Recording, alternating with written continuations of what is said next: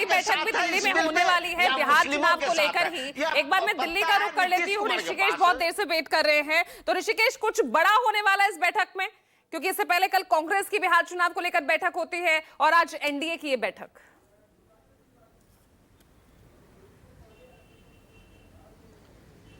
नहीं, देखिए पूजा, बैठक आज की बैठक है, संजय जायसवाल के घर पे एनडीए की बैठक है और इससे बड़ी बैठक 29 तारीख को है, 29 मार्च को है, जब गृह मंत्री अमित शाह पटना जाएंगे और सभी सांसदों को कहा गया है कि आप वहां मौजूद रहेंगे। शाम 8 बजे से वो बैठक होगी और उसमें तय होगा कि जेडीयू के साथ या फिर चुनावी कैंपेन या फिर सीटों को लेकर के या फिर जो जैसे मुद्दे हैं, जो विवादित मुद्दे हैं जेडीयू और बीजेपी के बीच में, उस पर क्या लाइन लेनी है। तो जो बड़ी बैठक है वो 29 तारीख को है। लेकिन पूजा, जो विरोध प्रदर्शन है उसमें एक फ़ायदा ये जरूर है कि मुस्लिम वोटों का जो बिखराव 2020 के विधानसभा चुनाव में हुआ था बिहार में, वो इस बार नहीं होगा, क्योंकि सीमांचल की 24 सीटों में से 17 सीटों पर भारतीय जनता पार्टी और एनडीए का कब्जा था, जहां पर 45% से ज़्यादा मुसलमान थे। तो इस बार वो गोलबंदी लग रहा है कि एक तरफा होगी, जो विरोध प्रदर्शन का दौर है।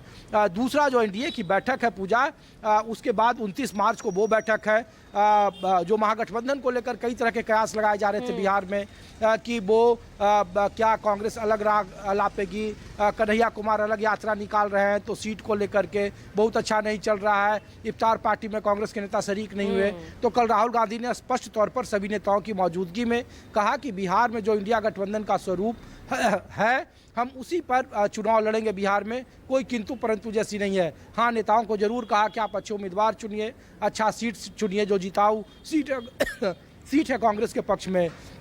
दूसरी बात पूजा की जानकारी है कि चुनावी राज्य है, तो 24 अप्रैल को प्रधानमंत्री मोदी भी बिहार फिर जा रहे हैं। मधुबनी में उनका एक रैली होना है, गोपालगंज में अमित शाह अलग से रैली कर रहे हैं, 7 अप्रैल को राहुल गांधी जा रहे हैं और अंबेडकर जयंती को पूरा कांग्रेस धूमधाम से मनाएगी वहाँ पे संविधान बचाओ को लेकर के। और जो वोट बैंक है रविदास समाज, जो 5.5% है, उसको इनकैश करने की कोशिश की जा रही है। तो चुनावी राज्य है और चुनाव को लेकर के इस तरीके की गोलबंदी और घेराबंदी अपने अपने तरीके से शुरू हो गई है। महागठबंधन भी है, लगातार आरजेडी अपने तरीके से नई नई योजनाओं का ऐलान कर रही है कि वो सरकार में आएगी तो क्या करेंगी, जिसको घोषणा पत्र कहा जा रहा है 7 निश्चय के मुकाबले में।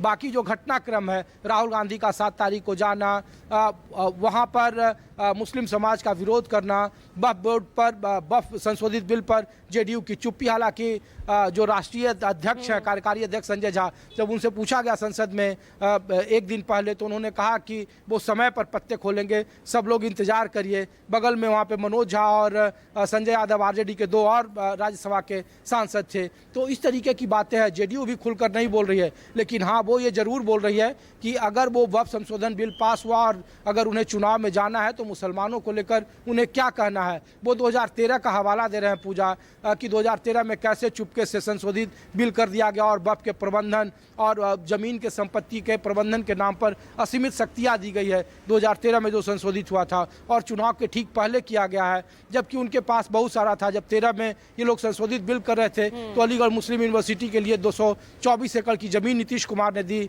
किशनगंज में, जो अभी तक वैसे ही खस्ताहाल में पड़ा हुआ है। तो ऐसे बहुत सारे मुद्दे हैं और चुनाव को लेकर के अभी से दोनों तरफ से तैयारियां शुरू है और इसी के तहत चाहे वो इस तरीके का विरोध प्रदर्शन देख लीजिए और तमाम बड़े नेताओं का बिहार जाना देख लीजिए। चुनाव नज़दीक है तो अभी और आने वाले वक्त में रोमांच बढ़ने वाला है और भी राजनीतिक मुद्दे सामने आएंगे और उसी को लेकर के आमने सामने की लड़ाई है। इसीलिए गृह मंत्री अमित शाह 29 मार्च को पहुंच रहे हैं और फिर वहां से एक चुनावी रणनीति की शुरुआत होगी। बीजेपी चुनावी मोड में जाएगी और फिर प्रधानमंत्री बीते 2 महीनों में 3 बार उनका दौरा हो गया है, तो वो उसमें फिर आगे आने वाले वक्त में स्टार कैंपेनर की जो भूमिका निभाते हैं वो निभाएंगे।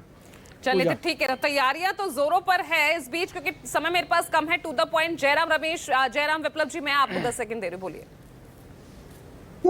इन्होंने कहा कि मुसलमानों की बात नहीं, वक्फ बोर्ड में पूरा देश ही स्टेक होल्डर है, क्योंकि ये केवल प्रबंधन की ही छूट नहीं दी गई थी 2013 में संशोधन के साथ, उसमें अन्य लोगों के ऊपर भी लूट की छूट दे दी गई थी। किसी की भी संपत्ति को वक्फ से जोड़ दिया जाए और फिर वो वक्फ बोर्ड के चक्कर लगाते रहे।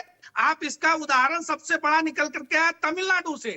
1500 साल से पुराना मंदिर, पुराना गांव, उसको वक्फ की संपत्ति बता दिया गया, जबकि उस मजहब का ठीक है, अब रुकिए हाफिज साहब बोलिए, लूट की छूट, जवाब दीजिए। देश है। अब रुकिए जयराम जी, यही अब आपका रुकिए। झूठ आपको मिटाने के लिए काफी है साहब, यही झूठ आपके लिए काफी है। जो झूठ फैलाते हो देश में आप देश को जो बेवकूफ बनाते हो, बीच में नहीं जयराम जी। झूठ बोलते हो। नरेंद्र मोदी से लेकर के नरेंद्र मोदी के जितने कार्यकर्ता है। चलिए ठीक है, अभी फिलहाल जो है विरोध प्रदर्शन यहाँ मुस्लिम संगठनों का देखने को मिल रहा है। लगातार नजर न्यूज़ 24 की बनी रहेगी। बहुत बहुत शुक्रिया इस चर्चा में जुड़ने के लिए।